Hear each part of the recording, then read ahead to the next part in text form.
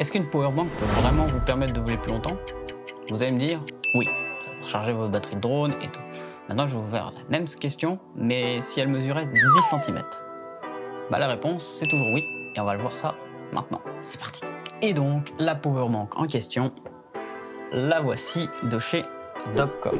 Et ensuite, vous l'aurez deviné, de toute façon, on ne peut pas charger directement les batteries dessus vu que c'est une powerbank. Alors, il vous faudra un double câble type C, très important, à souligner, vous verrez pourquoi plus tard.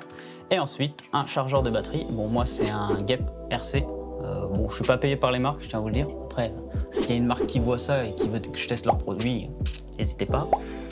Pour en revenir, bien évidemment très important qu'ils soient en type C aussi, parce que la charge rapide, enfin la grosse charge 60 watts ne se fait que sur les type C, pas en USB, d'où l'importance du câble. Maintenant, on va parler des avantages. Et le premier avantage, forcément vous l'aurez deviné, je vous en ai parlé, c'est la taille. Regardez, je vais vous montrer. Les accessoires du drone, donc hélice, de quoi le réparer vite fait.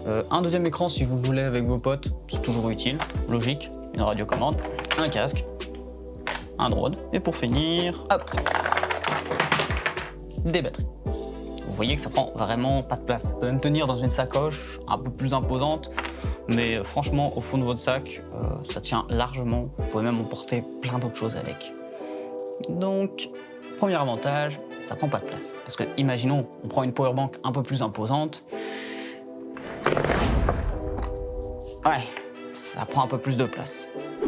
Ok, le setup est cool, il est compact. Ça, on l'a compris. Maintenant, niveau efficacité. Combien de petites batteries 300 mAh cette powerbank peut charger avec le chargeur?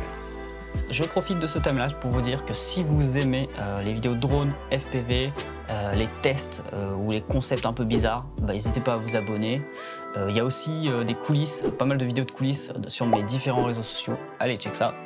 Bref, on reprend la vidéo et comme vous pouvez le voir, la batterie vient de se finir. Voilà, alors elle est capable de charger à 20 batteries comme ceci de 300 mAh. C'est beaucoup, hein, faut savoir.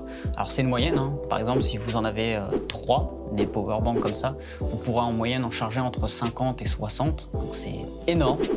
Maintenant on va passer aux points négatifs. C'est pas tellement des points négatifs, mais vous allez voir. Le premier, c'est le câble. Il vous faudra un câble fast charge parce que sinon le chargeur va tout simplement refuser de charger vos batteries et vous allez vous demander pourquoi. Bah, c'est simple, il n'y a pas la puissance, il y a une sécurité dedans qui vous empêche si jamais il détecte que le chargeur n'est pas prévu à cet effet. Le deuxième, vous le voyez depuis le début, il n'y a qu'un type de drone qui est devant vous et bah, c'est que des batteries 1S du coup pour un type de drone que je présente dans cette vidéo. N'hésitez pas à aller la voir, ça parle de justement de ce drone, enfin de la catégorie de ce drone.